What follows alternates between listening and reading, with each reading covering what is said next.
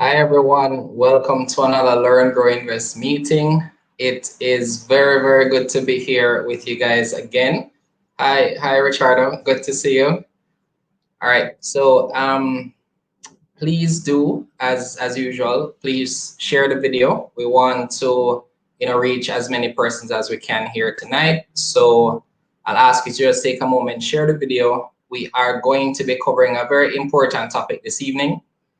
As customary here, we typically ask, if you're new to the channel, be sure to subscribe. And yeah, I'm going to kick things off with a brief word of prayer. Lord, thank you so much for this evening and everything that you've done for us. Thank you for keeping us all safe. We thank you, Lord, that we can come together like this as a group of investors to learn, build up ourselves and to make better decisions. So we pray your blessing on this time. We pray your covering on the technology that it will hold, and that for everything that we do, that we'll learn more and be able to just grow as a community. In Jesus' name, amen. All right, hi Garrick. All right, so today we're actually going to be speaking about a very important topic. So a friend of mine, Trevor Forrest, agreed to meet with us today, and he's going to, go through Okay, Garrick. We're going to, talk about this topic of blockchain. So for persons who are unfamiliar, blockchain is a technology that, underpins what we know to be, digital currency. So Trevor is going to dig into that, explain it in a way that you'll definitely leave, understanding more. So, definitely stay tuned for that. Just a brief, word about Learn, Grow, Invest, who we are, because I know that we have a lot of new persons joining us here tonight. So, we cover, 4 main areas in terms of what we do as a club, as a community. So we cover personal finance, investment topics, anything relating to stocks, investments, not just locally, but, internationally as well. We are a community of investors, so we try to do things by as a group. So we'll invite persons of different expertise to come and share on topics, just like we're doing here tonight. So Trevor and other persons like himself will come and share their knowledge so that we can make better decisions. And finally, and definitely a very important piece of what we do, is we try to give back. So giving back in terms of our time, in terms of what we're doing here. And, we give to causes that are important to the group. So we just wanted to leave you with that. And definitely, we don't want you to leave this video without subscribing to our channel if it's your very first time. So we do have meetings once per week, and we do post content outside of that. And you can reach us at the email address that's there. So now I have the great privilege to, introduce Trevor Forrest. So I'll try to, make this very, suitable introduction. So Trevor has over 29 experience in the IT industry. That's where I would have met him. His service in the local ICT industry has demonstrated his commitment to driving improved standard of ICT adoption, and everyone who knows Trevor can attest to that. This work spans across the private and public sector, where he has consulted on design and evaluation of numerous ICT projects and digital transformation strategies. He is well known for evangelizing the adoption and use of open source technology across, the public and private sector. And that's why he's known as Mr. Open Source. And if you follow him on Twitter, that's what you'll see his title as being. So he is the CEO of 876 Technology Solutions. They provide a wide range of services. Definitely reach out to him to see what those services include.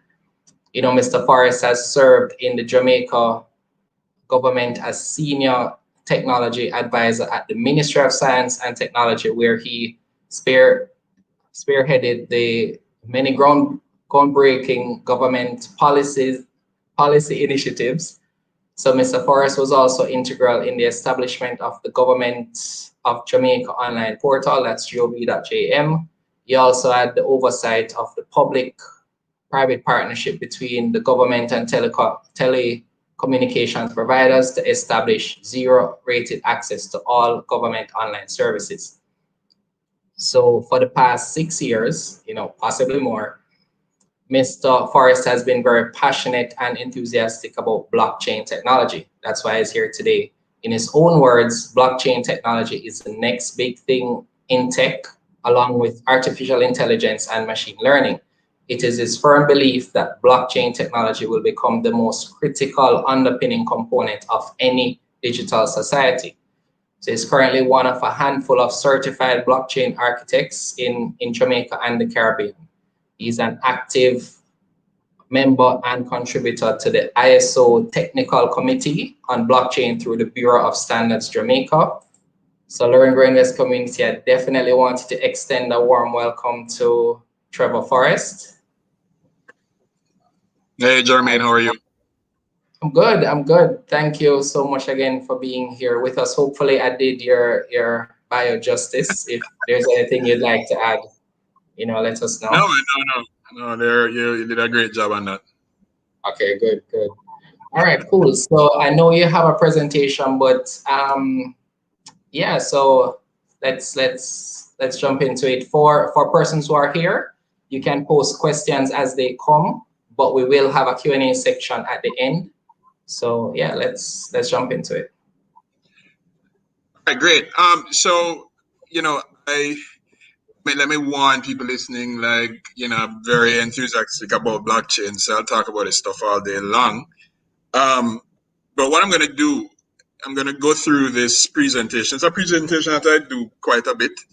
I'm going to go through it pretty quickly, and hopefully I can get everybody to kind of understand, what blockchain is about.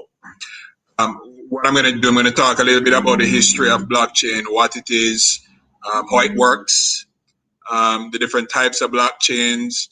I'm going to talk about, some use cases, why blockchain is important. And I'm also going to talk about a particular aspect of blockchain that many people often, get very curious about, especially when they're looking to invest in the crypto space. And that has to do with one of the things that people consider a vulnerability of blockchain technology, given all of its, wonderful virtues. I'm going to talk about that as well, so that you kind of have, an idea of what to look for when you're looking to invest in, digital currencies or cryptocurrencies that are underpinned by blockchain technology. All right. Great. So really quickly, just a little bit about my company. I guess as was said in the intro, we do a lot of things. Web application development, cloud hosting, data analytics, data and information security. But one newest services that we're going to be providing is blockchain as a service, both solutions and consulting services, because it's something that, like I said, I believe is really, the next big thing. It's like the best thing since sliced bread, right? Simply put, for me.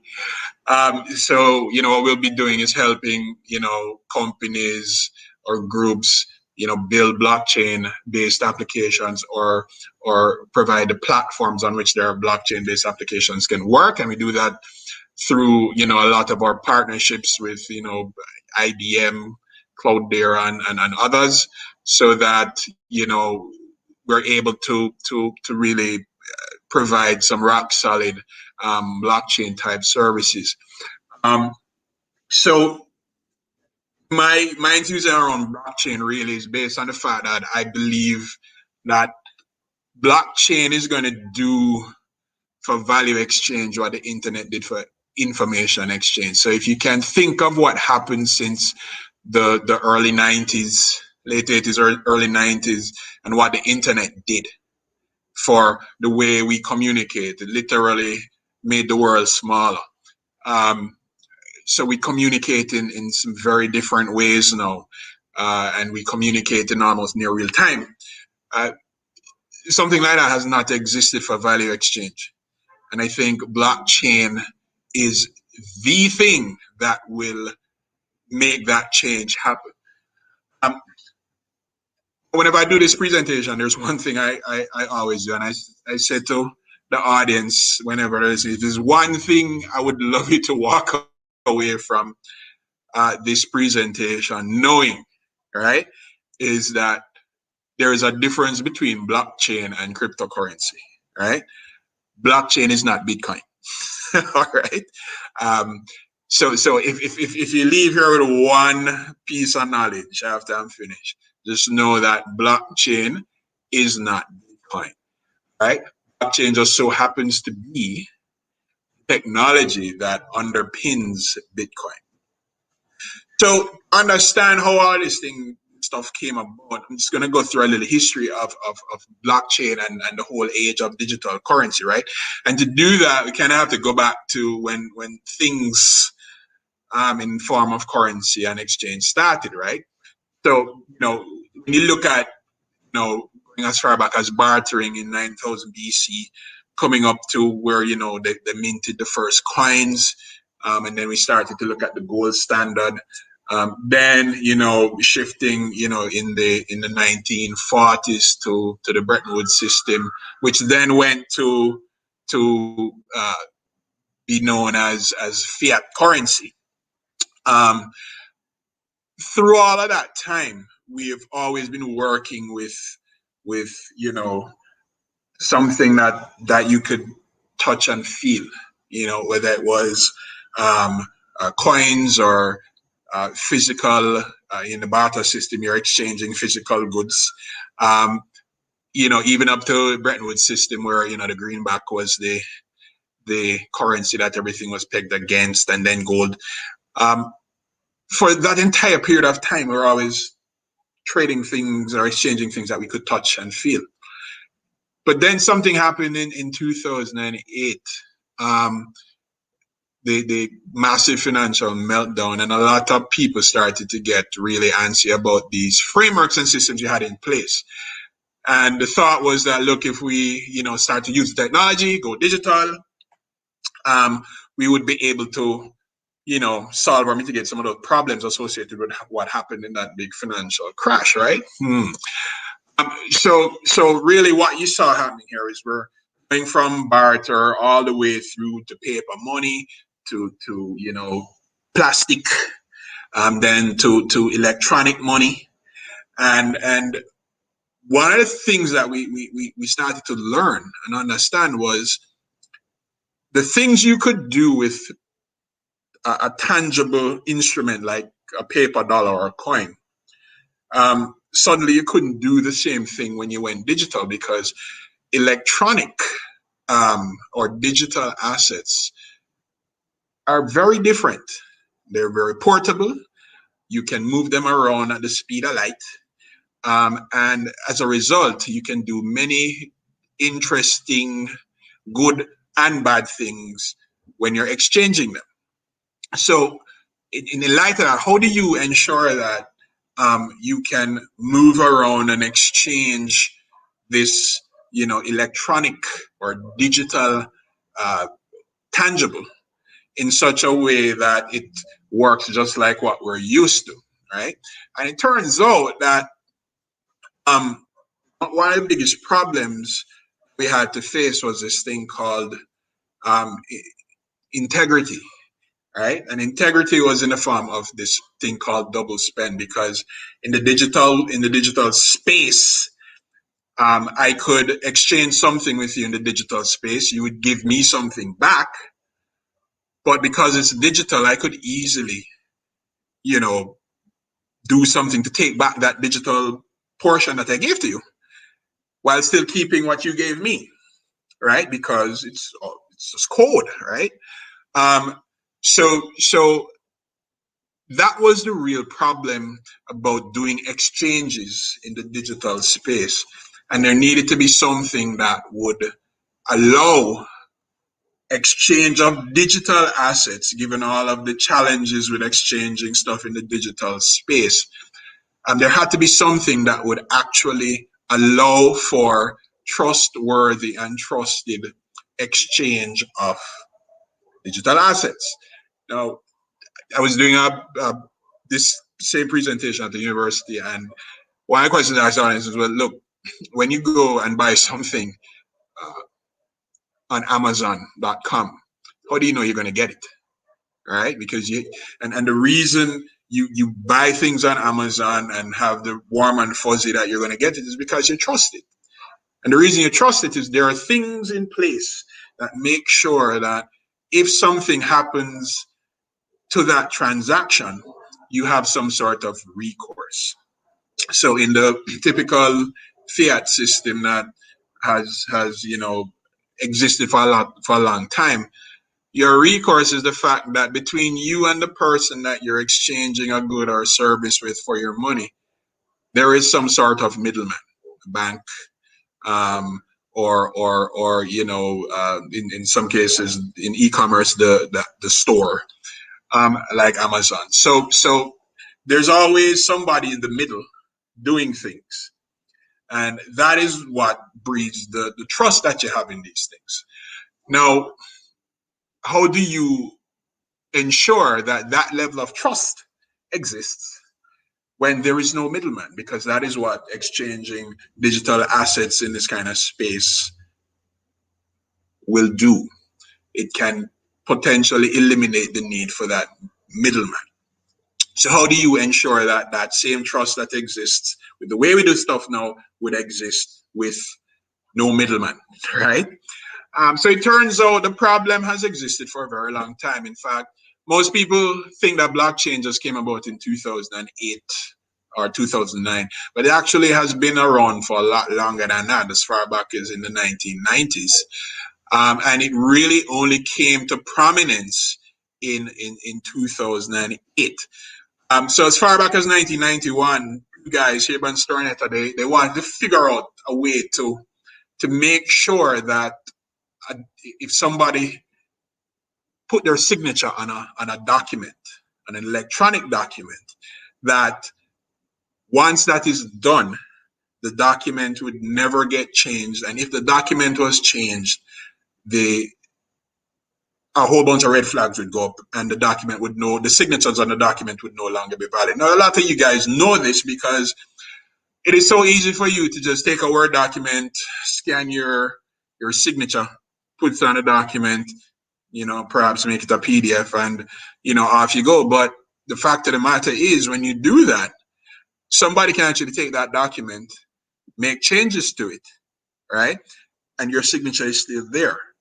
So how do you ensure that when you sign that document in that electronic or digital form, that no further changes can be made, so that, a man don't change up a contract on you and say, like, look, you signed it, so this is what you signed to.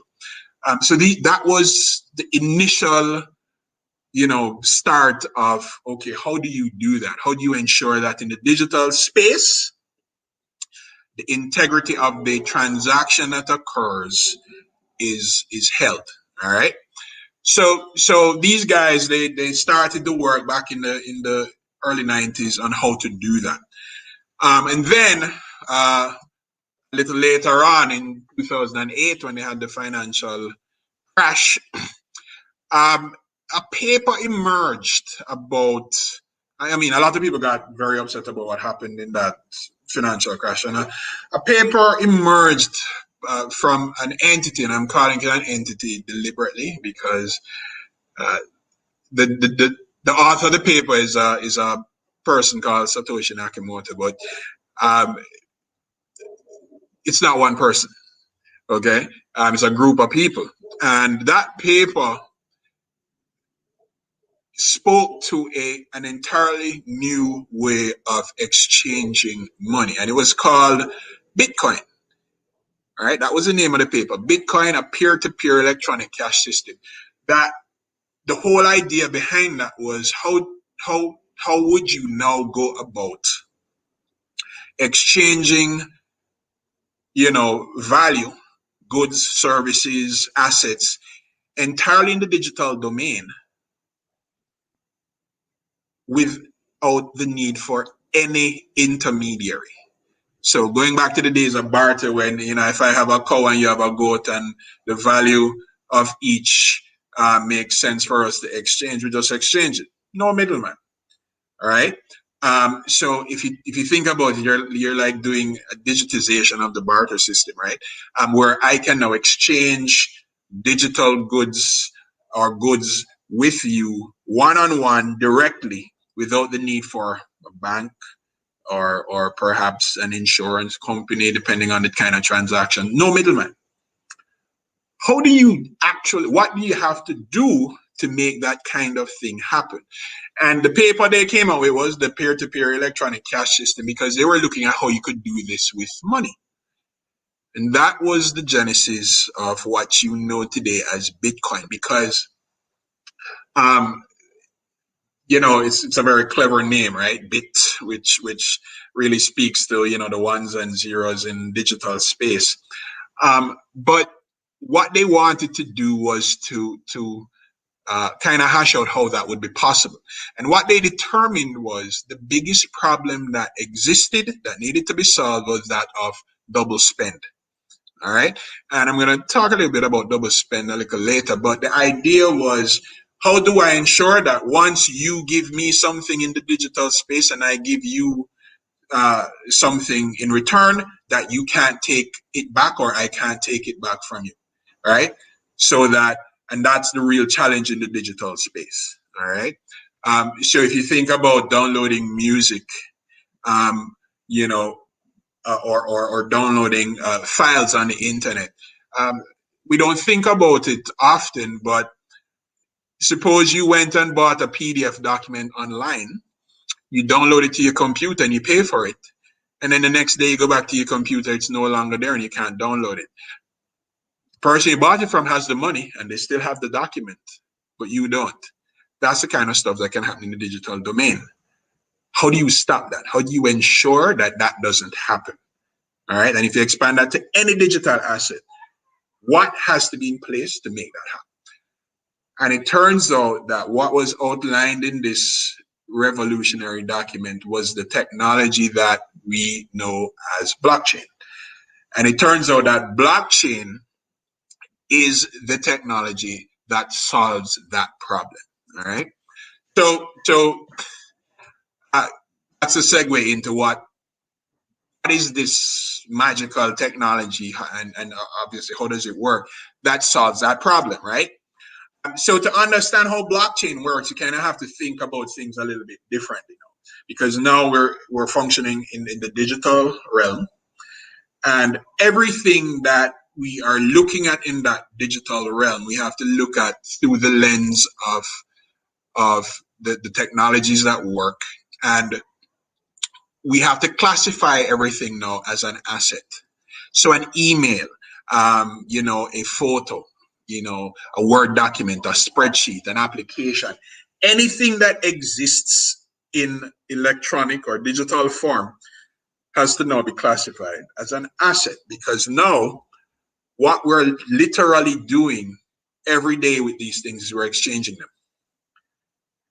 And in exchanging them, there's a value associated with them. So when you exchange emails, there's value in the email.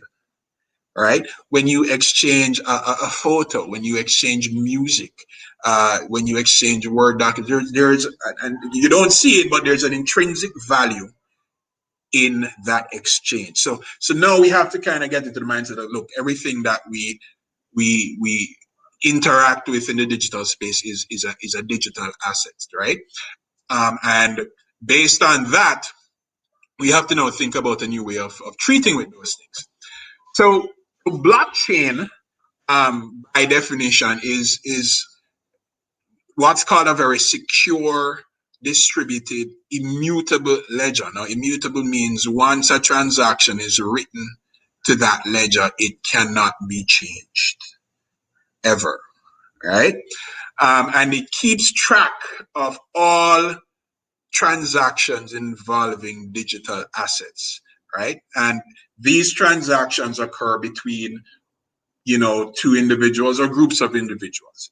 And in doing so, it keeps a track of every single transaction that has ever occurred.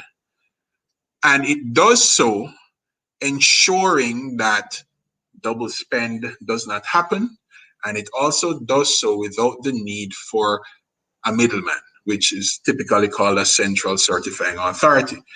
In the fiat system, that's the bank, whether it be the central bank or commercial bank, right?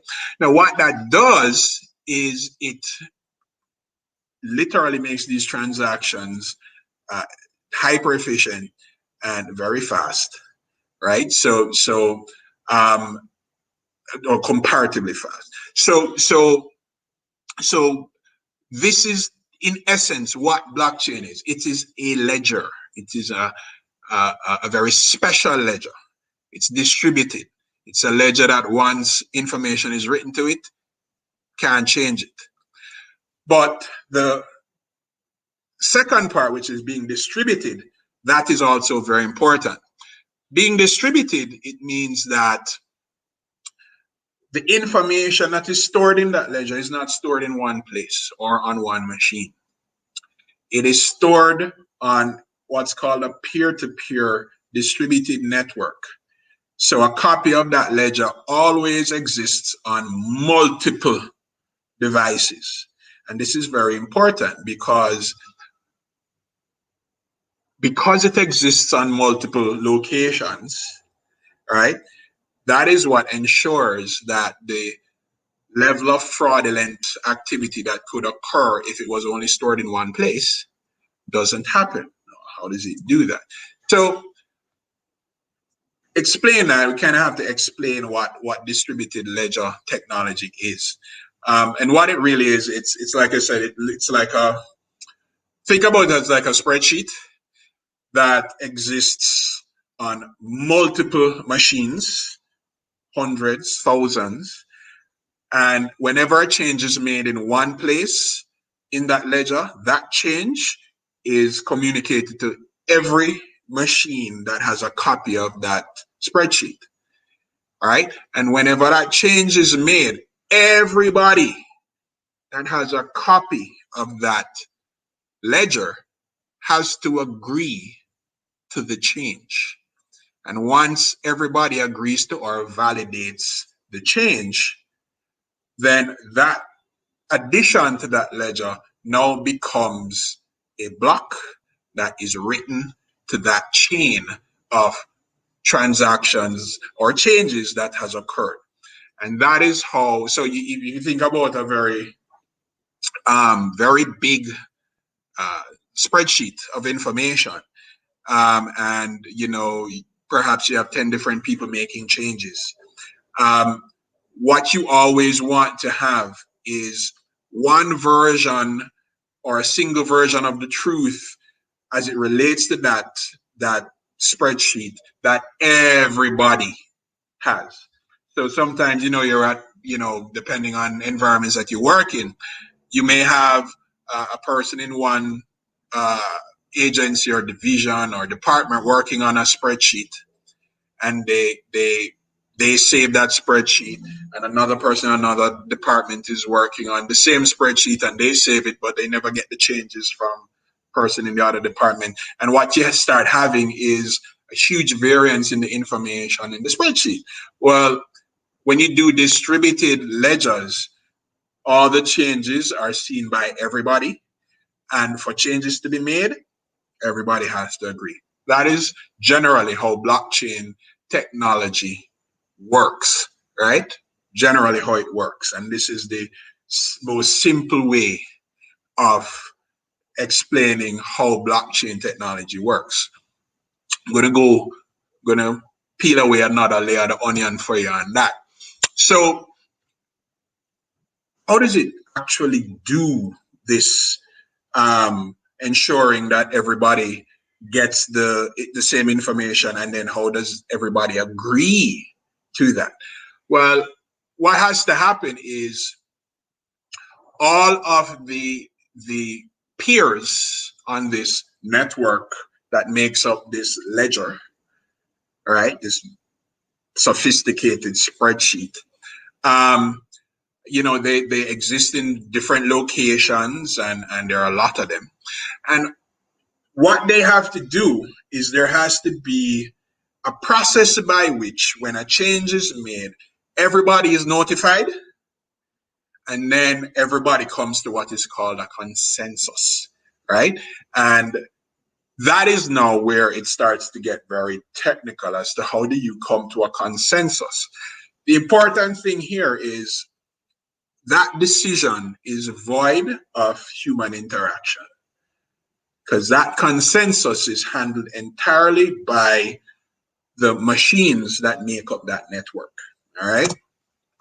So typically you have a whole bunch of machines with their own copy of this ledger, and anytime somebody makes a change or there's a transaction that goes through, and you'll notice I'm going over this more than once because this is the crux of how blockchain works. I'm beating it in, right? And as long as everybody comes to a consensus about the change that is made, then the transaction is approved and a block is created, and that block is added to a chain of blocks that represents all the transactions in that ledger. All right. So one thing I want to point out, and this will become evident because it's a question that I was asked to answer in this session about central bank digital currencies and why they're not using blockchain and so on. One of the things that is very important to understand is that all blockchain technologies are based on distributed ledgers, right? But not all distributed ledgers are blockchains, right? So you can have distributed ledgers or distributed spreadsheets, right? All over the place on different machines. But if they're not synchronized and synchronized in a very particular way to ensure that no one version of that spreadsheet takes precedence over the other, everybody has to agree on it. If you don't have that, then it's really not a blockchain-based platform. So blockchains are a very, very specific type of distributed ledger, but you can have distributed ledgers of all different types out there, and they do exist, right? Blockchains are just a very special type of distributed ledger technology. All right, so let me get into a little bit more about how it works. All right, so mention that somebody makes a change in the ledger, and everybody has to agree. All the peers on the network have to agree, and once they agree, then the change is validated and a block is created and added to this chain. That's what I'm representing here in this diagram. So think about a transaction, right? Which is what a change amounts to. But now let's move back now and say any sort of transaction that could occur in the digital space, right? So one person says, look, I want to make a particular transaction happen. And that person, through whatever means, says, I want to, let's say, buy something, buy an item. And what happens is when they make the request to buy the item goes out into this huge network of peers. All of these peers have their own copy of the blockchain ledger. And that request goes out. And everybody looks at the request and compares it with everybody else and says, do you see this request? And everybody says, yeah, we see that request. Is it valid? And everybody, checks to make sure that it is valid. And they say, yes, it is valid. And the way they do that is it uses this very intricate consensus algorithm. I'm going to explain that right after this. And once everybody comes to an agreement, they say, look, this transaction is valid. And they say, thank you very much. We're going to create a block. And that block represents a valid transaction. And I'm going to add that block to the transaction that occurred before. And they're tied together, right, in a very secure and complicated way called cryptography. And Once that block is created and added to the previous transaction, the transaction is complete and the chain is created. And every time a new transaction occurs, a new block is created and added to the block before it, and it creates a chain, hence the name blockchain.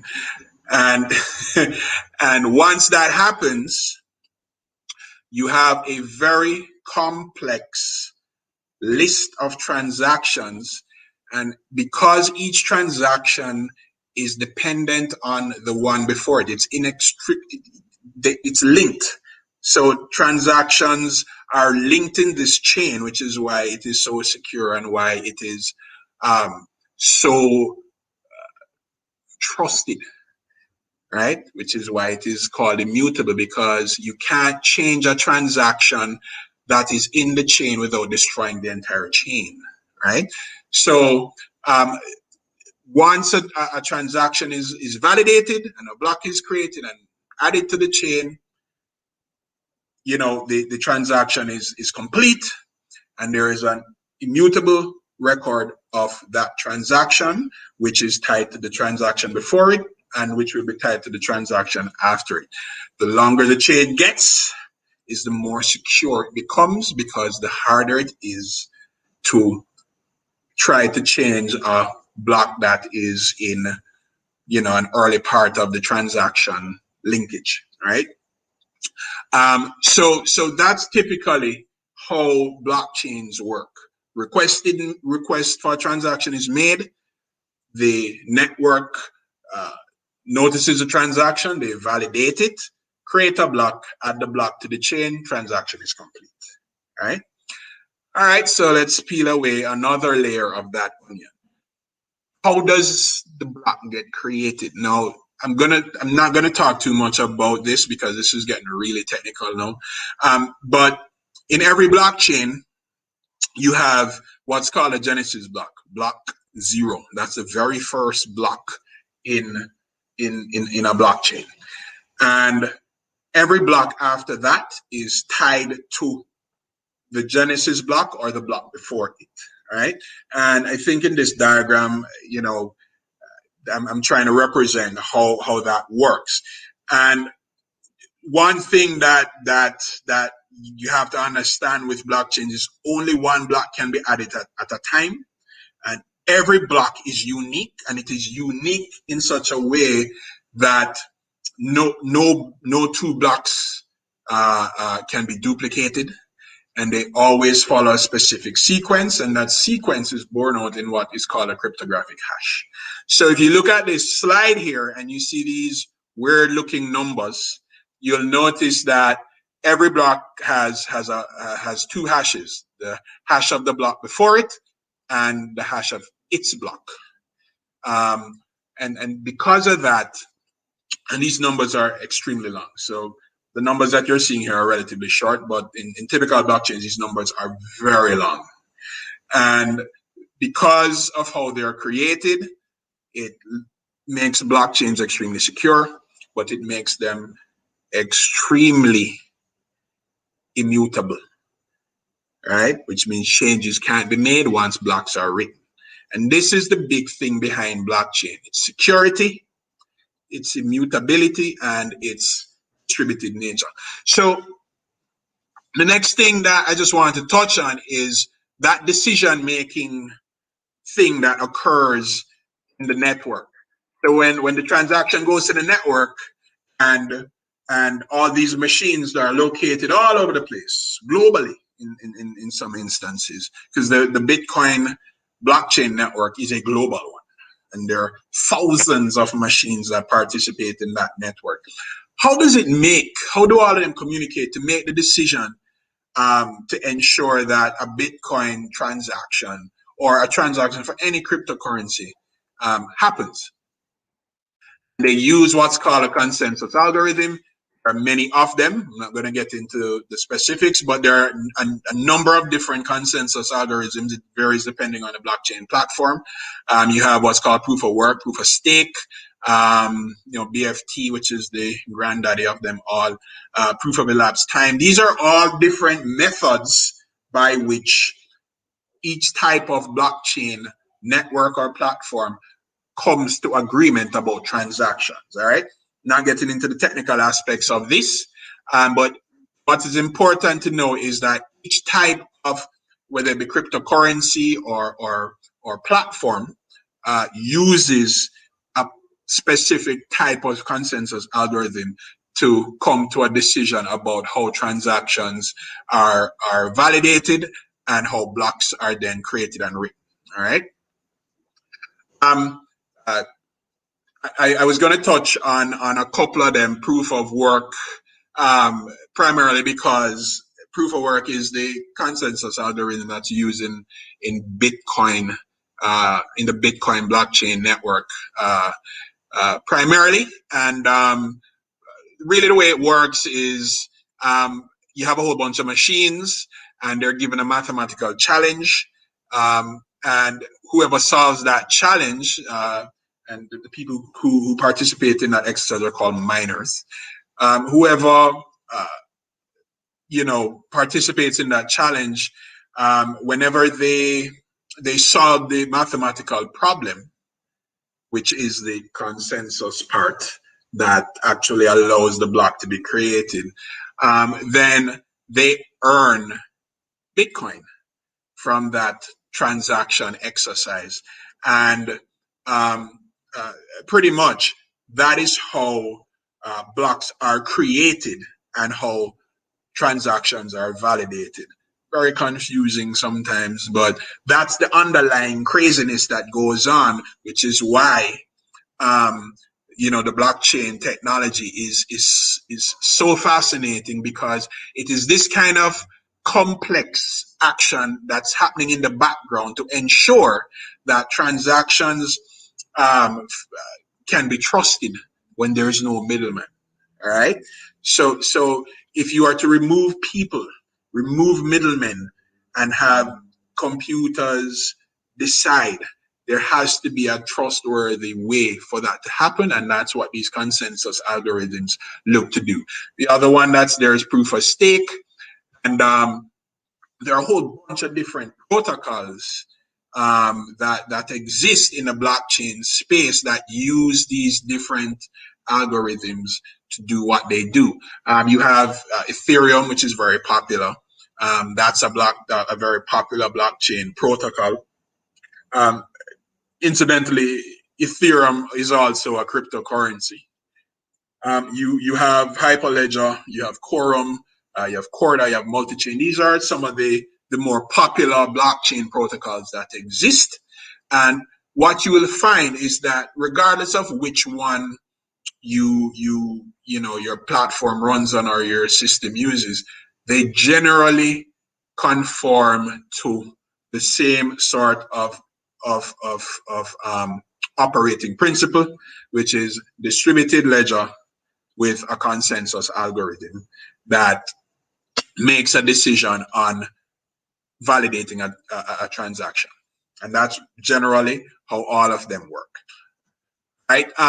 You have different people or actors that participate in creating a blockchain network. You have users, the architects like myself, the developers, the people who take care of the platforms that all of this stuff runs on. There are a whole bunch of different actors, regulators, blockchain, depending on its use case, will need to have some oversight. Again, in financial systems, that's critical, right?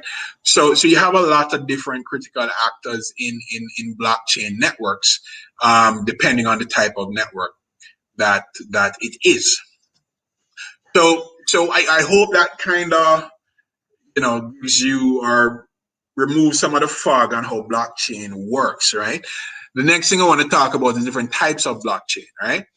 There are really four types.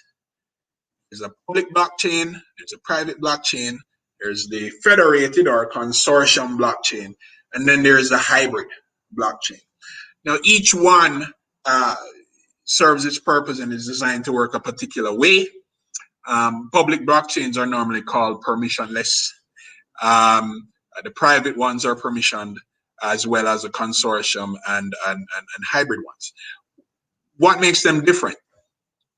With public blockchains, anyone can join, or any machine can join a public blockchain network. So in the case of Bitcoin, the network that underpins, Bitcoin and many other cryptocurrencies is a public one. And anybody can, instantiate a machine or a peer node on that network and start participating in the mining or consensus of transactions, right? Now, the fact that anyone can do that is, of course, bound by specific rules, but anyone can join a public blockchain network. Each node has equal transmission power because it is distributed, so everybody is equal, very democratic, right? One of the challenges with it is based on the consensus methods it uses. Transactions and the transaction speed is slow because if you think about 50,000 machines in geographically diverse areas or running over a dozen different networks communicating their views on a particular transaction, you can see how that might take a little time. So on the Bitcoin network, the average time for a consensus transaction to occur is 10 minutes, right? Which may be fine. But when you start to talk about other kinds of transactions, 10 minutes is a long time.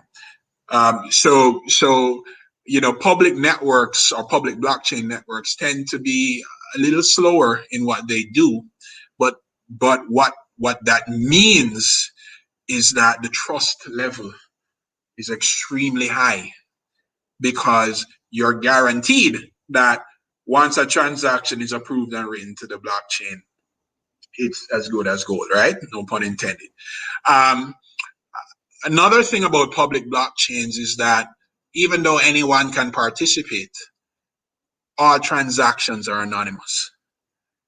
So while you can see all the transactions that occur, and you can actually go to the blockchain explorer online, if you guys want to see blockchain transactions, just Google blockchain explorer, and you'll see a whole list of different interfaces that allow you to see all the existing transactions for like Bitcoin that have occurred since day one. You can see all of these transactions. They're publicly viewable. What you can't see is who did it, right? All you're going to see is the transaction ID and the hashing information and so on, but you'll never see who did that.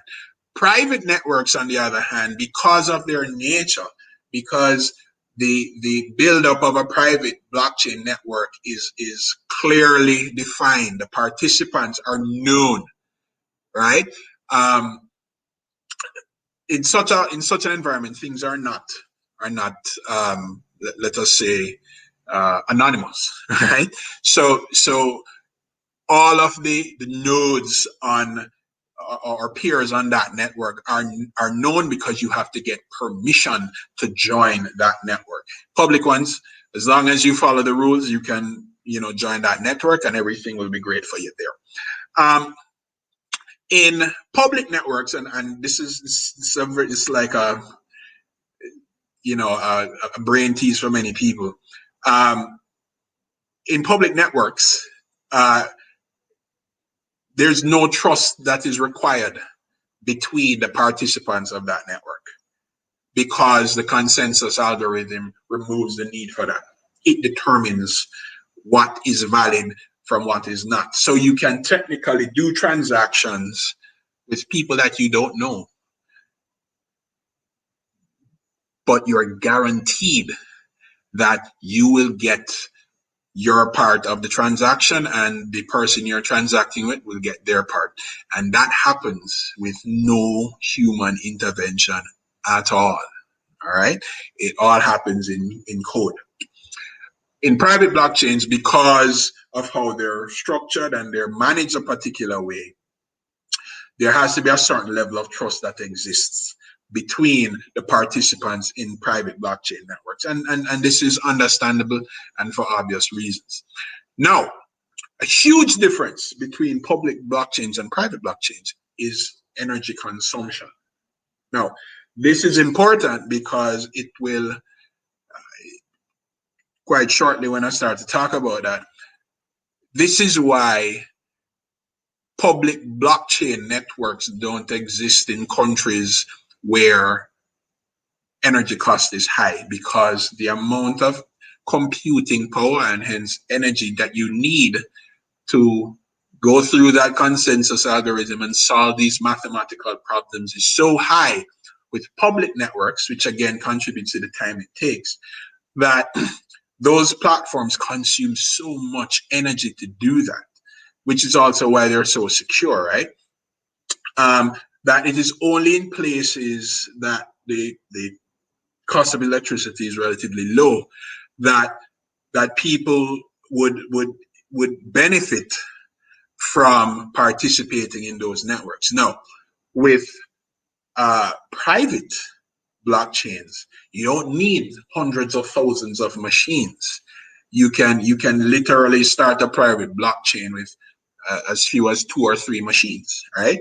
And because of that, power consumption is low.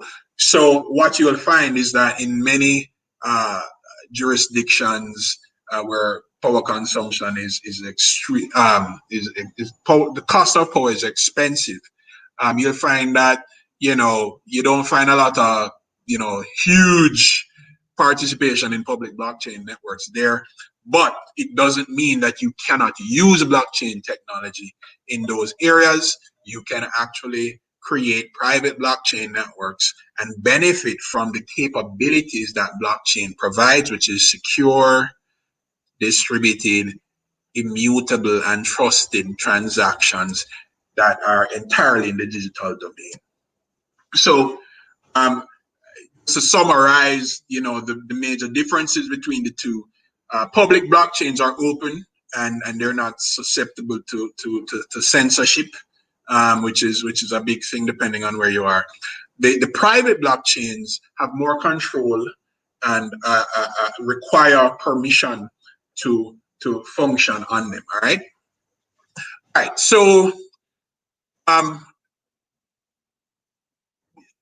you know what? I'm going to skip smart contracts because I know we have like a time constraint, but I'm going to just skip over smart contracts and we can probably touch on that in some of the Q&A. But really, smart contracts are it's kind of like that, the rules that dictate what happens in transactions. So smart contracts now are like the code that instantiate all of these rules that dictate how transactions function within blockchain, right? All right. So I want to talk about the 51% dilemma. Now, many times when I do this presentation and you talk about the security of blockchain and because of its nature, where it's creating very special blocks and transactions that are cryptographically created and all of these highfalutin terms. First thing people ask is, well, can blockchains be hacked? Because all of the information that you would get about how secure blockchains are and all of that, how the protocol works. It's literally foolproof, right? So it's a legit question that people ask because they're curious. And it so happens that there is one particular very special case where blockchain has a vulnerability. All right. Now, I normally talk about this because if people are going to do investments in cryptocurrencies, in coin that's out there, one of the things you need to always know or find out or understand is who is in control of the majority of the machines on the blockchain network that underpins the coin or the particular cryptocurrency that you're looking to invest in. Right? In a nutshell, you need to know how that or understand how that particular network and that particular cryptocurrency is set up. Because if there is a situation where a singular being or group controls more than 51% of the peers on that network is susceptible to this particular situation, right? You always want to watch out for that. This is something that escapes many people. There have been many blockchain based cryptocurrencies that have fallen prey to this, whether accidentally and in some cases deliberately, where a lot of money has been lost or fleeced. So that's why I always have a special slide that speaks about this, because I think it's important for everybody to understand what this means. Now, 51% dilemma is also called the double spend attack. And I'm going to go through really quickly. So you have a whole bunch of blocks. The longer the chain gets, the more secure it is. But one of the things that the chain doesn't prevent its participants from doing is creating a duplicate chain, right? And that duplicate chain allows, a malicious miner or participant to create a blockchain that looks almost exactly like the one that everybody else is, exchanging value and goods and services and cryptocurrencies on. And what that malicious miner can do is create a parallel blockchain that looks just like the one that everybody is functioning on and that everybody trusts. And after a while, if that blockchain catches up insofar as number of blocks created and so on with the trusted one, then a very interesting thing can occur. That malicious miner can flip the chain so that now all of the money or currency that was being exchanged on the trusted chain is now being exchanged on the untrusted one, and you'd never know.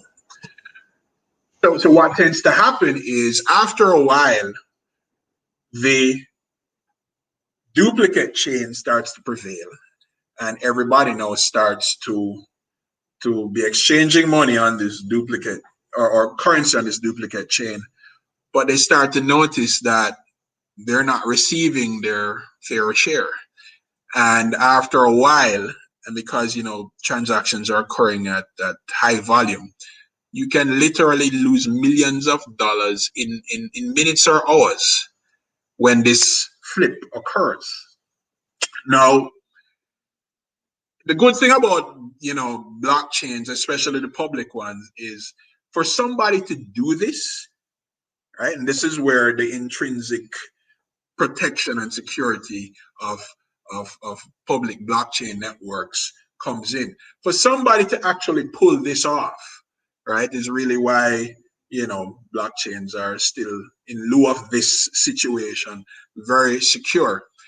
For somebody to pull this off, they would have to have the collective computing power of over half the machines on that particular network.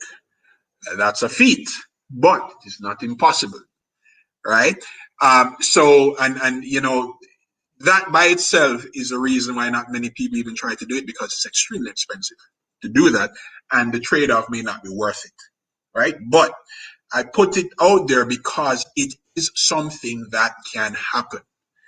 And one of the things, and well, because this is a public, and this is going to be put on a public space, I have seen more than one situation, and one actually almost occurred in Jamaica, where this kind of thing almost happened, where uh, blockchain networks that were the underpinning of certain cryptocurrencies were not as secure, so to speak, as we would have liked them to be. And this sort of situation could have occurred easily. Luckily, it didn't happen, but it is possible. So what you want to always do whenever you're investing or looking to invest in crypto or any sort of digital asset that's underpinned by blockchain, do a little digging as to how and who controls the majority of the computing power, or the majority of the nodes or peers on that blockchain network. If more than 51% is controlled by a single entity or person, be careful, right? Red flag should go up there. All right, so now moving to wrap it up. Why is blockchain important? Well, blockchain does some really cool things. Because of its nature, it's very transparent, it's very efficient in transactions, it's extremely flexible. Because of its distributed architecture and the way in which it's designed, it's very secure. And auditing is built in by default. It's a self-auditing and self-tracing system. So because of that, the level of trust in such a system is extremely high. So you're talking about trust, transparency, auditability, security, and a distributed system. This is really what's the underpinning of a kind of platform that lends itself to a lot of the transactions that we want to do today in the digital domain, but we cannot have a certain degree of trepidation to do that, right? This term here is one of what I think is a key advantage of blockchain. It creates trust by eliminating the need for trust. That kind of sounds funny, but it is true. Most times we get, the warm and fuzzies when we're dealing with people that we know.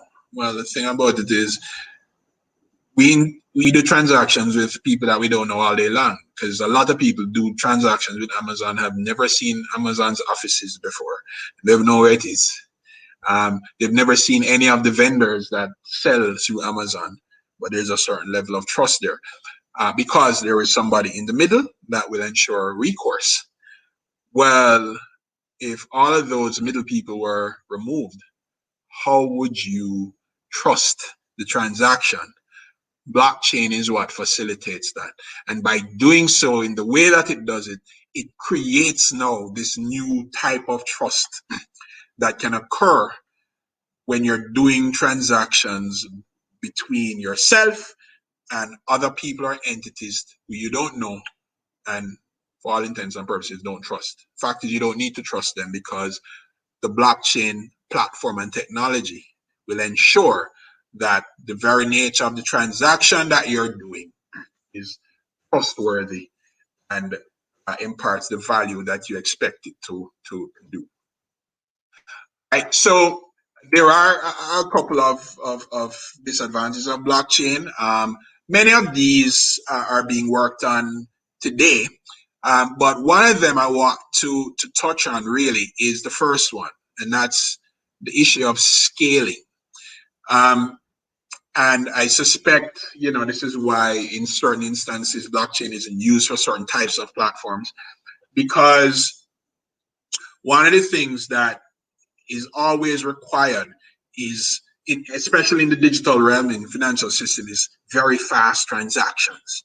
And depending on the type of blockchain network you use, the speed of the transaction, because it wants to make sure that everything is as it should be, and because it's using a consensus method that's relying on multiple distributed machines to come to a conclusion on the speed of transactions is always questionable. Also, energy consumption, as you would have seen before, is also a major concern.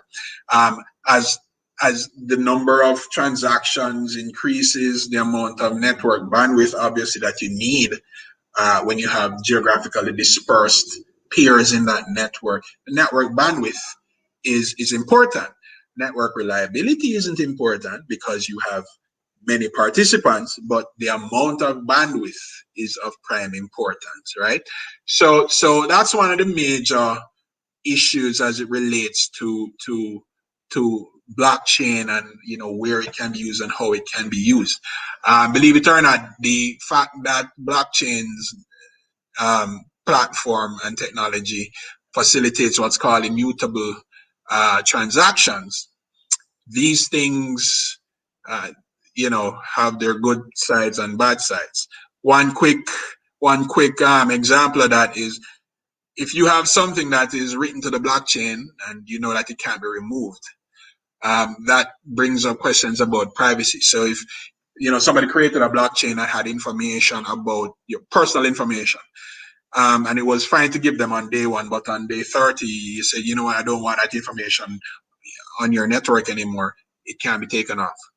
So blockchain network and platform design must be such that it allows for storage of information that if it is perishable, it is not placed in an immutable state, so that things like data privacy and protection will be complied with on systems that use blockchain technology. So those are a couple of the things that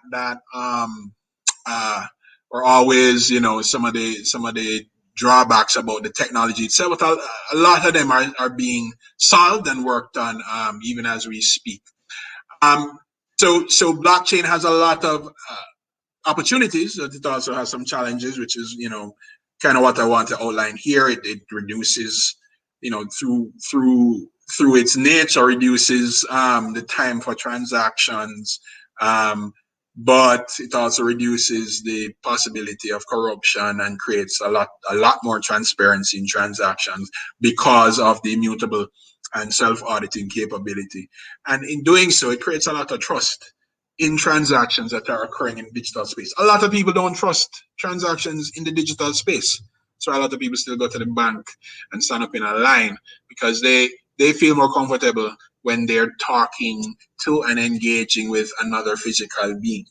How do you, engender that level of trust when there is no being in the middle interfacing between you and the service you want from another entity or individual? That's the kind of thing that blockchain facilitates, creating that level of trust with no middleman. All right. So some of the use cases, blockchain has many use cases. Record keeping, digital currency, so remittances, e-commerce, in the music industry, digital rights management, in the security space, STOs,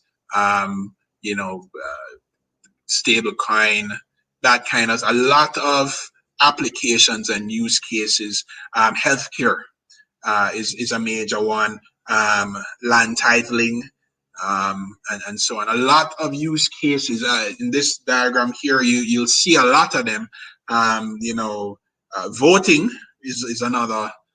So when you're talking about going entirely digital with your voting, blockchain is one of the technologies that is being seriously looked on to ensure that voting cannot be, voting processes and so on cannot be tampered with. And blockchain lends itself beautifully to that kind of thing.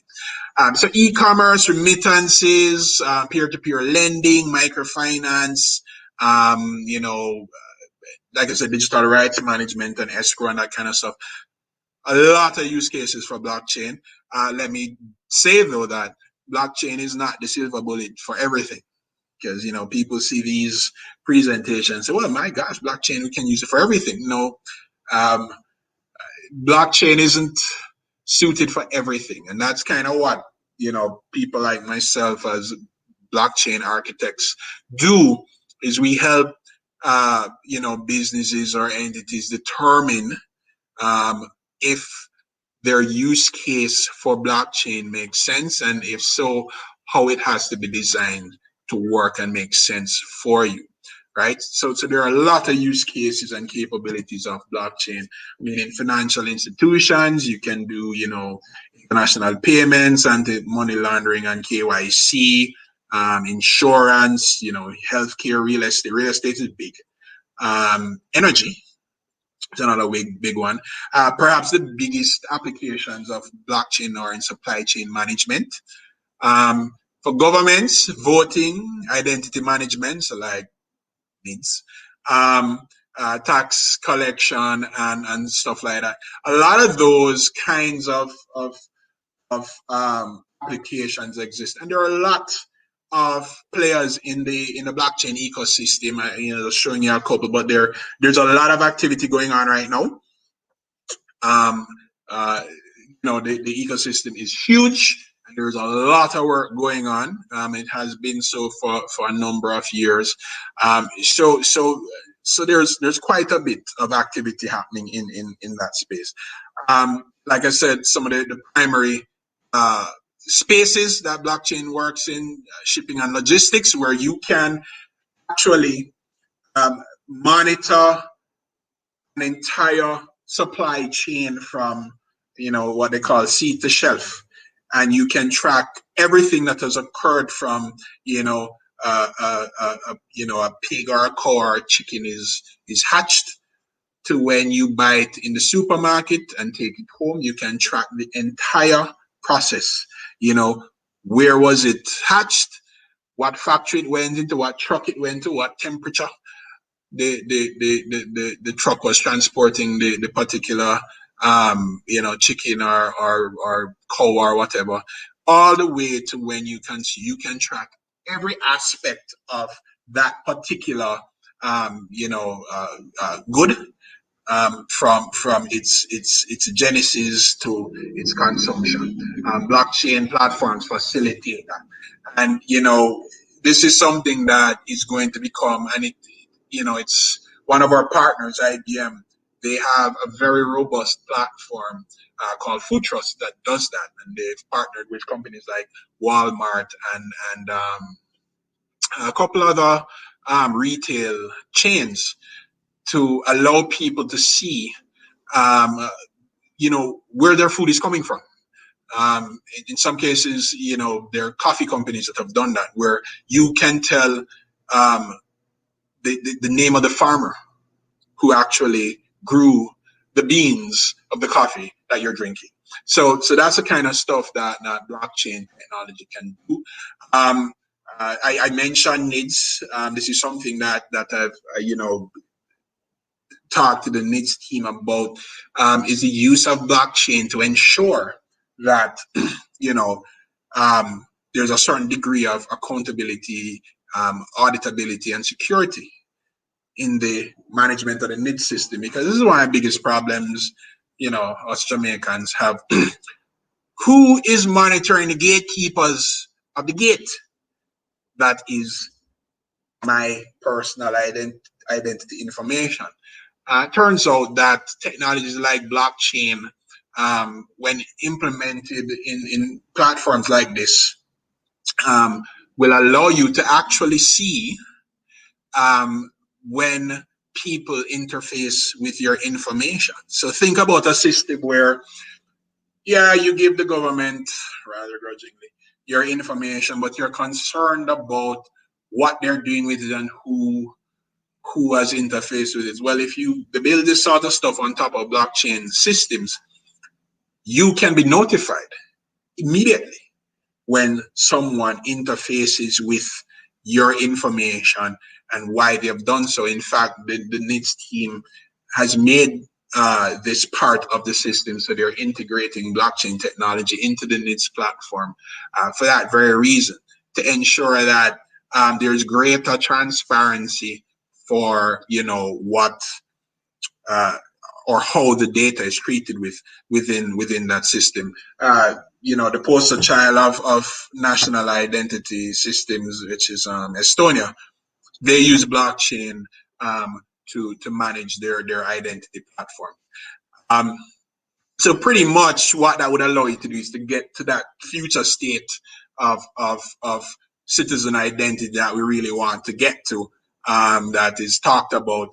And when you do that, then you have that real underpinning for this mythical beast called a digital society. So that would be conclusion of my presentation. I would, I guess I'd say, look, let's open up the the floor to questions. I know it's a little long, but it's a really complex topic, and I try to condense things into some sort of understandable means. So that's my more than 2 cents, Jermaine. So, open to questions.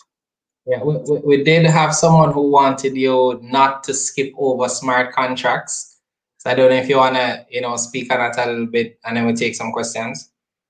Okay, so the aspect of smart contracts, right? Let me just bounce back to that slide there. So a lot of times when I bring up the whole idea of smart contracts, the first people who get fancy are lawyers, right? Because they say, well, what does a smart contract do? What does that mean? Is it that lawyers are no longer needed? The answer is no, that's not the case. But what smart contracts do is, like I said, they're rules that dictate how transactions function within a blockchain network, right? So think about this. When you go to a bank to get a loan, to buy a car, let's say, it's a whole bunch of stuff that you have to do, a whole bunch of things that you have to fill out. And most times that's done based on an interaction between you and a CSR or somebody like that. And this happens with a whole bunch of things. You go in and you want to buy insurance. You want to get a home loan. You want to get a student loan. A whole bunch of stuff like that.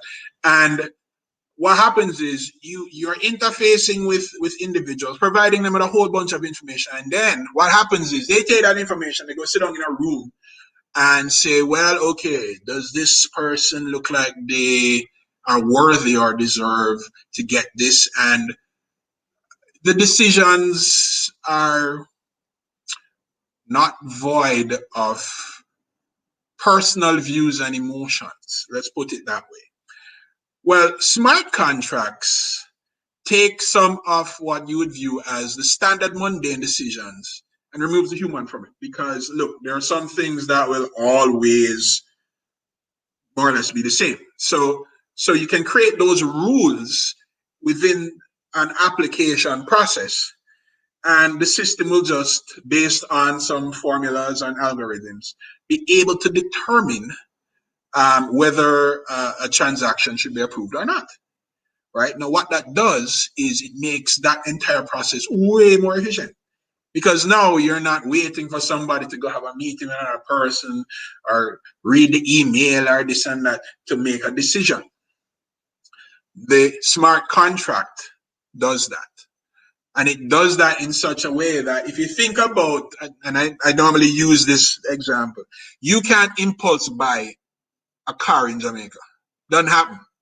Because so many things happen between the dealer, tax office, bank, and you before you can drive that car out of the showroom, right? And a lot of that is because there are people doing things that could be done by code in the form of smart contracts, right?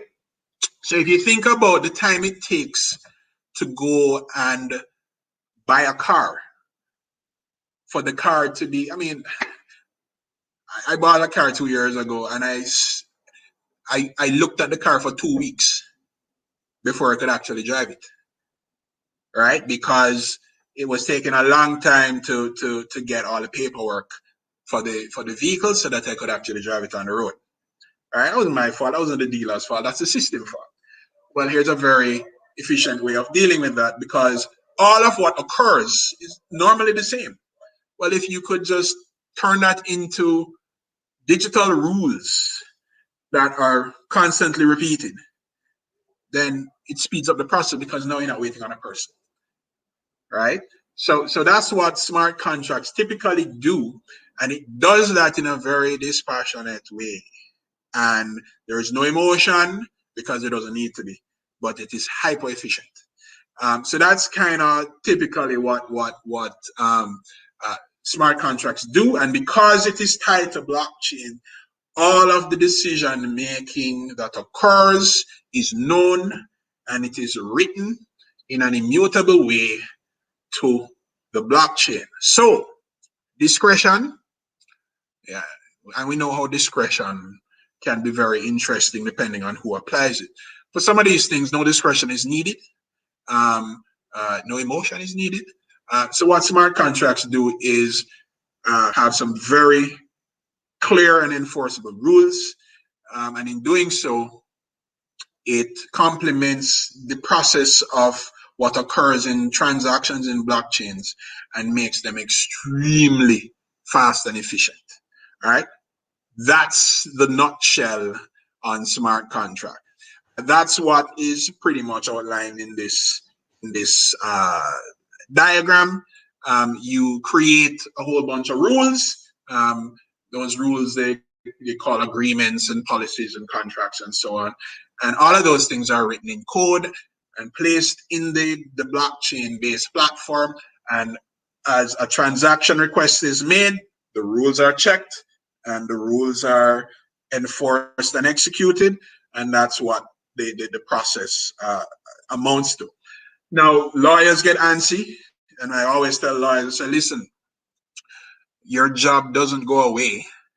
Your job just gets more interesting, because now you're interfacing with people who write code to ensure that the contracts make sense, because the guys who write code don't know law, right?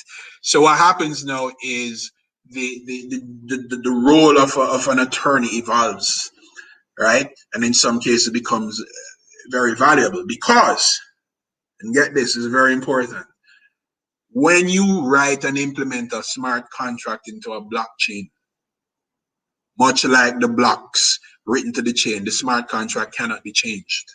So if you get it wrong the first time, you have to start the entire blockchain platform over. That's that no good. So it's very important to get smart contracts correct. It's very important to write them, uh, you know, in such a way that you don't discover errors after the fact, because that can turn out to be very costly. So that's kind of the nutshell explanation of smart contracts. I hope that kind of answered the questions that were being asked about that. Okay, well, we'll see. We have a couple of questions. So what I'll do, I'll just post them on the screen. Hopefully you can see them as well. And we can just try and take them in that way. So okay. So how was the double spend attack detected, and how long does it take? I think he's alluding to the one that you said could have possibly happened in Jamaica, and how was it mitigated against his? Right. All right. So let me just say, during the engagement, some questions were asked. So some questions were asked of the particular entity, and the nature of the answers alluded to a distinct possibility that double spend attack could occur. And a previous situation happened with that particular entity that raised suspicions that when that particular event occurred, it may have been based on a double spend kind of attack. I'm being very careful in how I answer because again, Yes, please. so but the reason it was detected is because the right questions were asked, and this is what I encourage people to do is do homework about the cryptos that you're going to look to invest in. This is one of those key things. Find out who controls the majority of the pairs, the nodes on that network, because it's a clear indicator of what can happen in the future as it relates to funds being fleeced and you losing your currency or your money. Yeah, and there's a lot about the space that people don't understand, and I mean, a lot of people get pulled into, you know, the great stories, but they don't really understand what they're getting into. So so let's run through some questions. This next one is asking, wouldn't it be best in the best interest of the middle and lesser class if only decentralized cryptos are utilized? I'm not sure how to answer that one. If you can, I don't know. Yeah. So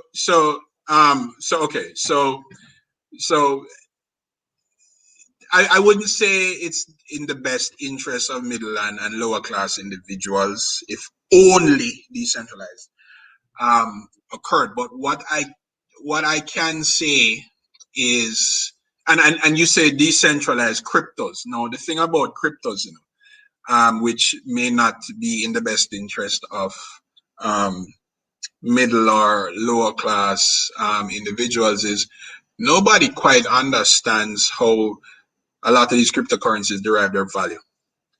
And because of that, the value is extremely volatile. And volatility is not something that is good for people who don't have a lot of money, right? So I mean, I think Bitcoin's value is in the high 50s, $50,000 range these days. Do you know where it got that value from? Supply and demand, but crazy volatility, right? And Bitcoin, as is the case with other cryptos, they do this. You know, they have a bubble come and it goes and then chill for a while and it comes. That sort of thing is not in the best interest of people who don't have a lot of money to throw away. So I would say no to that question. It is not in the best interest. But what you probably want to ask, or the answer that probably would be what you want to hear, is you see decentralized financial systems levels the playing field, and that's something that doesn't quite exist right now. The playing field level, right? So when you start to talk about decentralized financial systems, which is what cryptos are meant to do, and to remove the middleman, which is the one controlling things, and they have their own agenda and interests at heart, then that is what decentralized financial systems affords you. It levels the playing field, right? And it's a very slight and subtle difference between that and the question that was asked. But I think that is perhaps where the question was going. So decentralization in general levels the playing field, not only for individuals but for countries, because really it filters down when things not good for your country or your nation or your economy. That's what filters down to the middle and lower class individuals. And right now, as a developing country, and many developing countries are seeing it, things not level for us. Right? So, when you look at, the Bretton Woods system, I was 40 countries that decided to agree on this, that then created, World Bank and IMF, and all that governs us. We didn't have any say in any of that. We had no say in any of that kind of stuff. So I think decentralization, which is why it gives central banks and commercial or financial systems the heebie-jeebies, because you're trying to turn that entire system on its head. They don't respond very well to that. So I'd say level the playing field. On that note, before we go to the next question, what does that mean in terms of, we saw some questions in the chat about persons being concerned about the BOJ's central bank digital currency, what does that mean? What does that mean for us? All right. So one thing that needs to be clearly understood is CBDCs, central bank digital currencies, and cryptos are two different things. Mm-hmm. They are very different things. There is a lot of so CBDCs are inspired by cryptos, right? And the whole idea behind what cryptos were doing. But what CBDCs are doing is to, in my view, keep the relevance of the traditional financial systems in play, because that is the only way that central banks and commercial banks and the global financial system as we know it would continue to exist. Right? Now, it's important to understand that, because while enthusiasts in the crypto space would say, yo, listen, man, this stuff is great, it's liberating, we don't need the oppressive forces of the banks and all of that.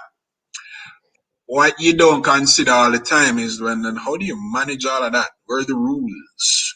Who do you go to when, the proverbial caca hits the fan? Regulation, who deals with that? Because a lot of these things are necessary.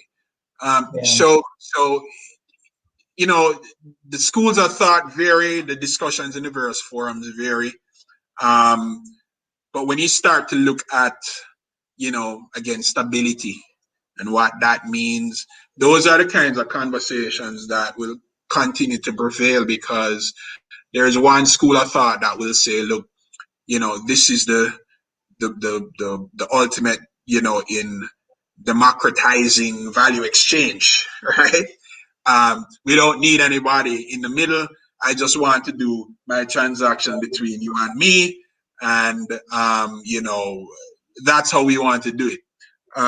And again, what blockchain does right now is to ensure that there is a clear path to that exchange in a trustworthy way. Yeah. But what happens when or if blockchain pop down, right? Then what? So the financial system crashed in 2008, right? But the financial system still continued because there were a number of checks and balances in place to ensure that the integrity of what people have come to be used to was maintained and all of that, fancy talk. The fact is, people seem to like that, or they want that. When you go entirely digital and you eliminate these trustworthy middle people, sometimes it takes a while for people to get used to that whole notion of doing that, right? Yeah. So, I mean, it took me 2 years to tell my mother to go to an ATM machine to deposit money. Why? She didn't see who she was giving the money to. Yeah, it's not a person, so yeah, she's not sure that when she leaves, it will do what it said it was gonna do. Yeah, absolutely. Similar type of mentality, thinking, culture, and so on. So a lot of this stuff requires some time for people to understand. Now, the CBDCs, what they're doing is they're saying, look, we're just digitizing what you know as money. Yeah. And people can accept that. They're like, well, $1 paper equal $1 CBDC, right? It's just that one is paper and one is digital. And if I have the digital one, the transactions I do with the digital one will be a lot faster. I can do them with my phone. or some, electronic device, which I can't do with the paper. If a man go rob me on the road, I'm not getting no cash. I'm not getting nothing. It's more secure. So those are some of the things that, CBDCs, because they're digital currencies that are regulated and tied to an actual tangible. That's what it affords you, right? So that's kind of, what the whole CBDC thing, promises. Yeah. So Daryl is asking if blockchain offers transparency as an advantage, why are criminals drawn to it? Interesting question indeed. Yeah, so good question. You recall when I spoke about transparency, public blockchains offer anonymity, right? So if you're thinking about transactions that happen nowadays, when you transfer money from one person to another, there is a footprint, and that footprint has your information. So people can, find out who you are, as part of the KYC stuff, right? And the whole idea for that is to know who sent money and who got money, right? In the crypto space, which is underpinned by blockchain, the transactions on the public ones are anonymous. So you can see a transaction occur, but you won't see who did it, right? And that's why, terrorists and cyber criminals are drawn to it, because there is no way that the law enforcement agencies can track who actually got crypto. That was a part of the challenge. I know when persons first started hearing about it, it was all about these sites that were popping up about, currencies being exchanged for all manner of things. So that really gave it a fight in the early years. Right. So while it offers transparency, understand the level of transparency that it can offer. You have two types of blockchains, public ones and private ones. Private ones, the participants are known. Public ones, they're not known. And it is the public ones like Bitcoin that attract many of these, nefarious characters, because it doesn't allow them to be tracked. It creates anonymity. Now, a lot of you will notice that over the past couple of years, things like Bitcoin and ETH and those have, a lot more people accepting them. And one of the reasons for that is law enforcement. I shouldn't say law enforcement, but important agencies they started to, get sufficient insight into the underpinning, Bitcoin networks and so on, that said, what, we can gather enough information to know what the transactions are about to be sufficiently comfortable with them. When you look at things like Monero is a huge thing with terrorists and so on. There is no identification information that exists in Monero networks, and as such, the drug dealers and terrorist organizations tend to gravitate to those more so than Bitcoin. But generally, the public blockchains that underpin the cryptos like Bitcoin, Litecoin, and those, the advantage they give to cyber criminals is the anonymity. Can't trace where the money go or the crypto goes. Yeah. All right, cool. So we have quite a bit of questions left. So what I will try to do is filter based on the ones that I think are relevant to the discussion. I mean, we don't really have a time limit here. It's really based on your discretion. You don't have a time limit, but I have. I have one. Okay. Yeah. Okay. All right. Cool. Fair enough. All right. I'm over budget on All right. So So what I'll do, I will filter based on, we'll try to cover maybe 3 more. And then for any that we don't cover, what I'll do is send the questions to Trevor and we just answer them in the comments below. I think that can work. that can work. That can work. All right. So David was So asking, is there a difference between the hash group consensus and blockchain? I think the presentation kind of answered that one. So I think if you go through it, you may see the answer for that one. Let's see another question. Persons are saying good presentation. All right, let me see. Who reviews and who agrees on a smart contract? So when you mention a smart contract, after the lawyer goes through and it's prepared, for example, how is the process? Right. So that's what I was saying about smart contracts. Smart contracts are code, right? And the code is executed as part of the transaction process. So there's so the agreement is, you don't exchange words with somebody when smart contracts are executed. They're executed as part of the process. So let's say I'm buying a house. Before I buy the house, you make an offer, and you have to demonstrate that you have the money, and when you demonstrate you have the money and you get the money, you pay it over. When you pay it over, you get the keys and so on and so forth. All of those things are standard operations that occur in buying a house. You don't need to talk to nobody about it, right? Yeah. Because these are the things that must happen. And this is what is typically outlined in the smart contract. And the smart contract is just the rules that govern a particular transaction, right?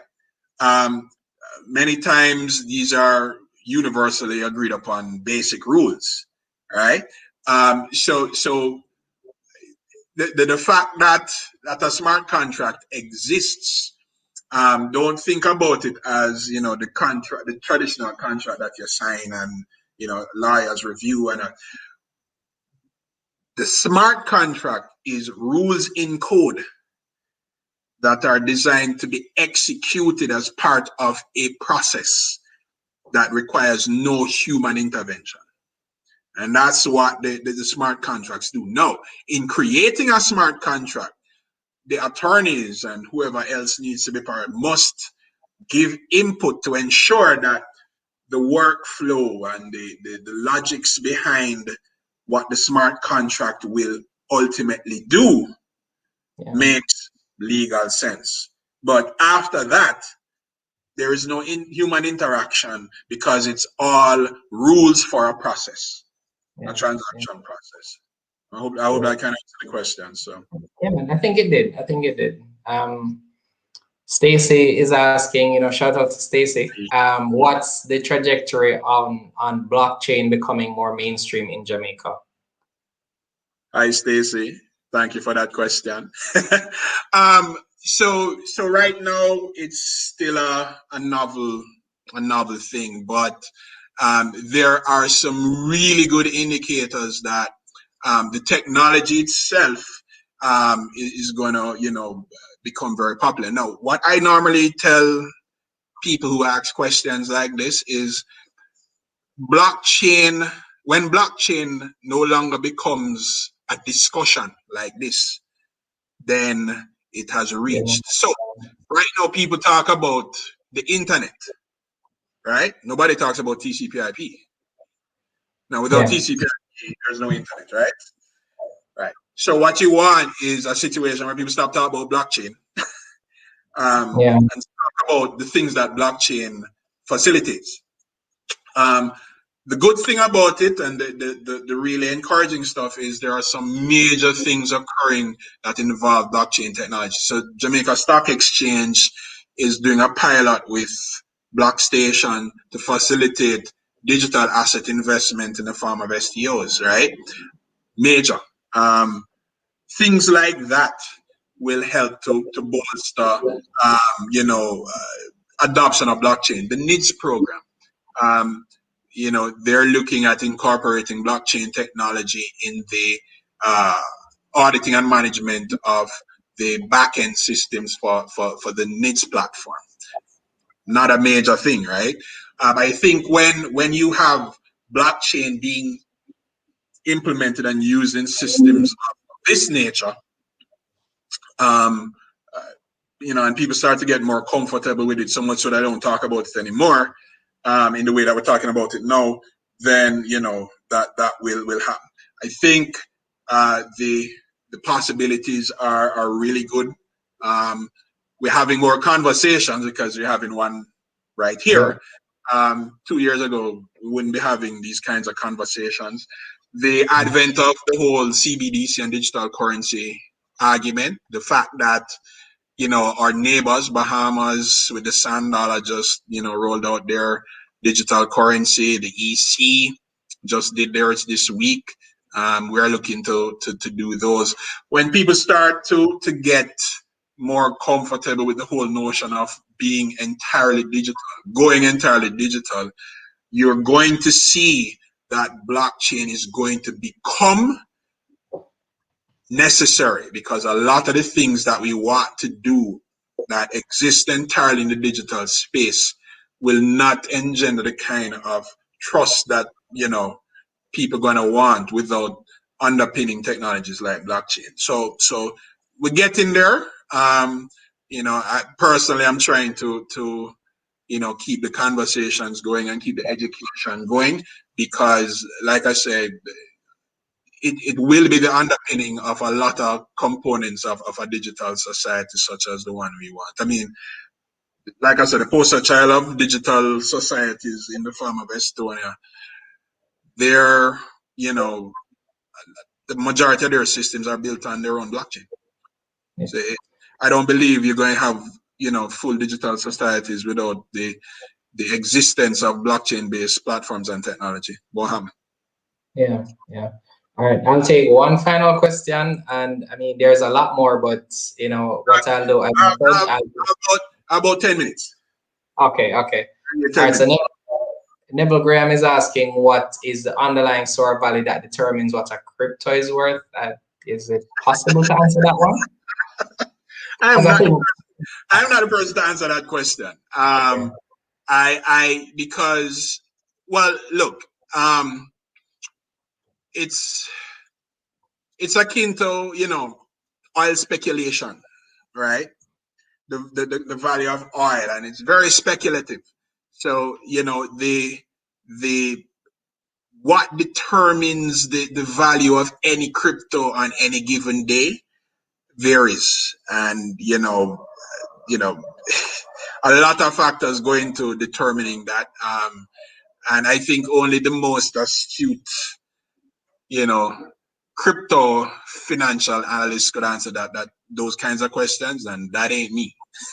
So yeah. So the way that I would look at that question is, I mean, for anything else, just like on the stock market, when anything trades, the value is determined by what people agree on a given day to sell that thing as. The problem is with crypto, as you were saying before, because of the volatility, that value changes so rapidly that it's really hard to say the value today could be a different value tomorrow in terms of what it's truly worth. I think after people start to adopt it more in terms of the underlying technology, then it may, I guess, get to a close fair value. And you have to remember, when people are looking at things that are traded on stock exchanges, they're tied to tangible things. Yeah. When you're looking at oil and energy and all, these are all tangible things. What tangible thing is Bitcoin tied to? Which is why you start to see now that STOs become more appealing, because those digital assets are tied to something tangible that people can, touch and feel, which gives them a certain degree of comfort, which is why I like the direction stock exchange has taken with that. But with your standard cryptos, it's very hard to determine that. Very hard. And they do have types of currencies that are literally just not making a good case for why these Yeah. things should be taken seriously. So, I mean, we won't mention them here, but yeah, okay. A question from Garrick asking, how is the upcoming CBDC not just a closed source version of blockchain? Okay. How is it not? All right. First of all, the BOJ CBDC platform is not based on blockchain. Just tell you that part first. They're not using a blockchain based uh, platform for that. So I I wouldn't venture to say it's a closed source version of blockchain. Um, Without further information, I would perhaps stretch and say it is perhaps a closed source version, since using that language, of a distributed ledger technology. But remember, I said while all blockchains are DLTs, not all DLTs are blockchains, right? Um, but one thing that, in fact, the governor was on earlier this week on an interview, and that question was posed, and it was made clear.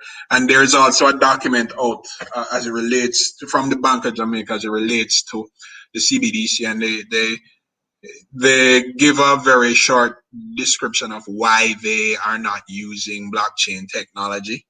Um, so, but I can tell you that the current uh, platform that they're using is not based on blockchain. Okay, okay. All right, let's try and get in a couple more. Orville is asking what initiatives are being undertaken to educate the Jamaican society on the uses and potential of blockchain. I mean, I think a lot of the work you've been doing, Trevor, kind of answers this question. Yeah, but boy, we need a lot more. I will say this. I mean, forums like this are very useful, very important. I mean, I've done quite a number of presentations just because we're trying to, educate people. I'll tell you one thing that's really surprising, especially when I tell people about it. So I think when you were reading my bio, you mentioned that I make contributions to the ISO's technical committee on blockchain. So ISO, which is the International Standards Organization, has a technical committee that is writing and deliberating on the standards for blockchain globally, right? So, like how you have ISO 27001 and all of those things, a standard for blockchain is being created now. Jamaica, when I heard this, I was particularly impressed and proud. Jamaica is the only Caribbean country that sits on that technical committee.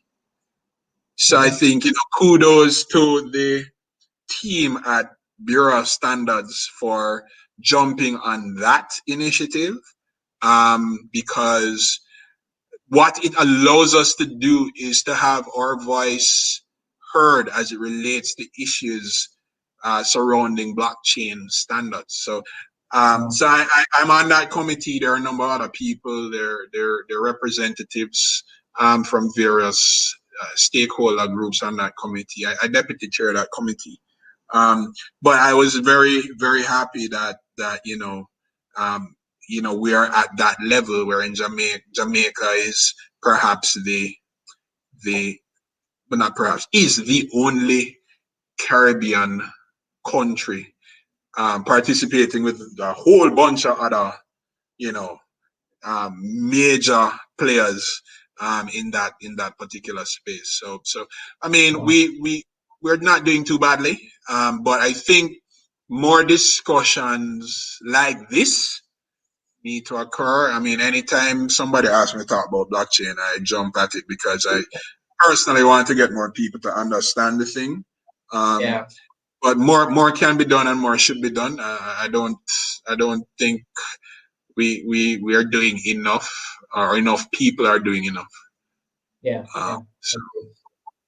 All right. So Helen is asking, given the high cost the use of blockchain? What's the likelihood of it becoming more mainstream? I guess that's in the context of some of the countries that maybe with high energy costs, how would you, Yeah. kind of. So right. So I mean, blockchain is already mainstream.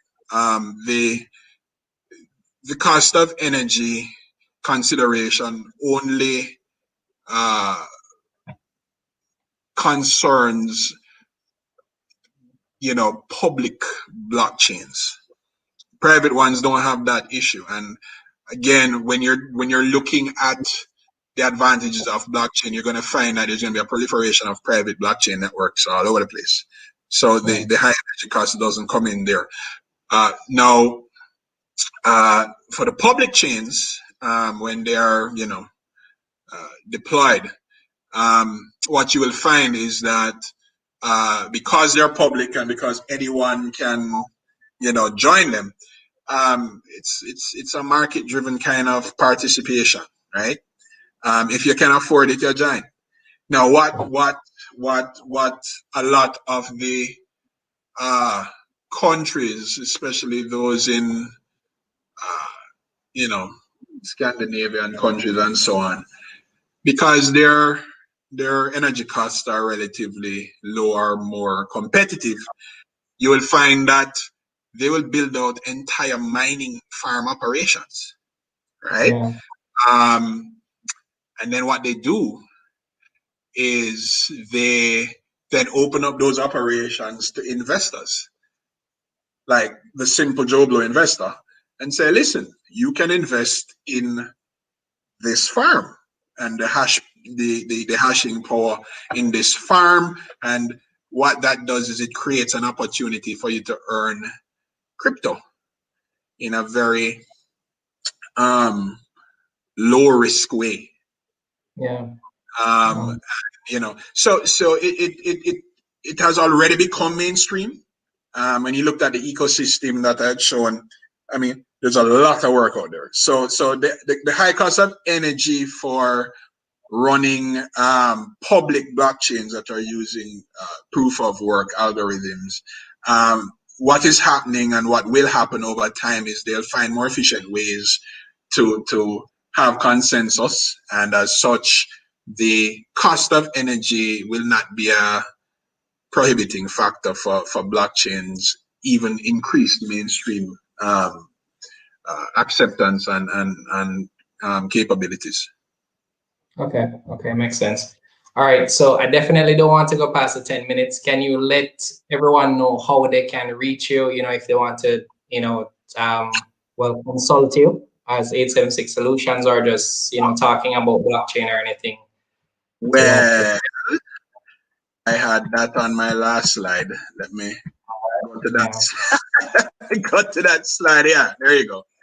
Found it? Yeah, so you can, email me.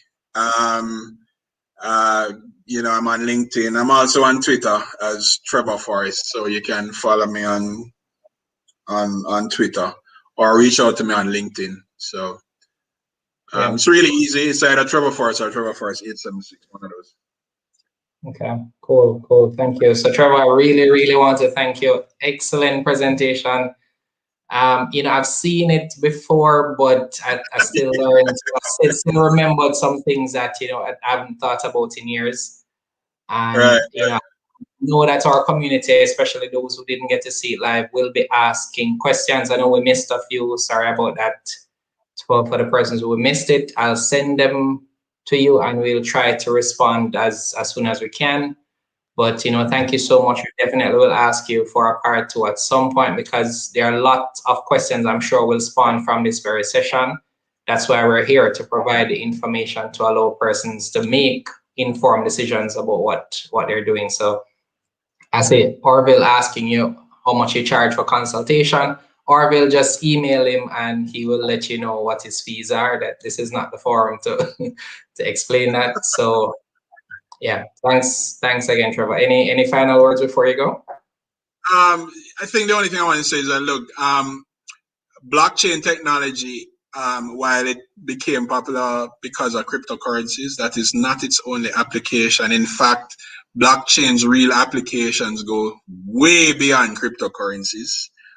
So I think that, everybody just, what I would ask is that don't limit your thinking on the application of blockchain to just crypto. It has a wide range of applications that can help solve a lot of problems when you're thinking of moving into the digital space. So that's really what I would want people to understand, that blockchain is a lot more than what it does for cryptocurrencies. And remember slide 3, blockchain is not Bitcoin. Yeah, definitely. Amen. All right, cool. Thank you again, Trevor. Appreciate My it. pleasure. Just show me when you want the next part. Definitely will do. All right, cool. All right, thank Amen. you. All right, everyone. Thank you so much for joining us. If you missed the live session, please post your questions in the comments below. Hopefully we'll get it sorted out by then. Thank you everyone for checking it out. Please leave this video a like. It helps us reach more persons. Subscribe if you haven't done so as yet. We will have we're definitely gonna have more sessions coming up. We're meeting again next week, Thursday, but it's at a special time, so stay tuned for the time to be announced soon. And yes, I'm just checking to see if there are any final comments. Yes, thank you, Orville. I enjoyed it too. Garrick, thanks for all the comments. Shout out to Daryl and Neville, Stacy. Good to see Stacy here. All the regulars, David. I can't get to everyone, but thank you so much for being here, and we'll see you next week.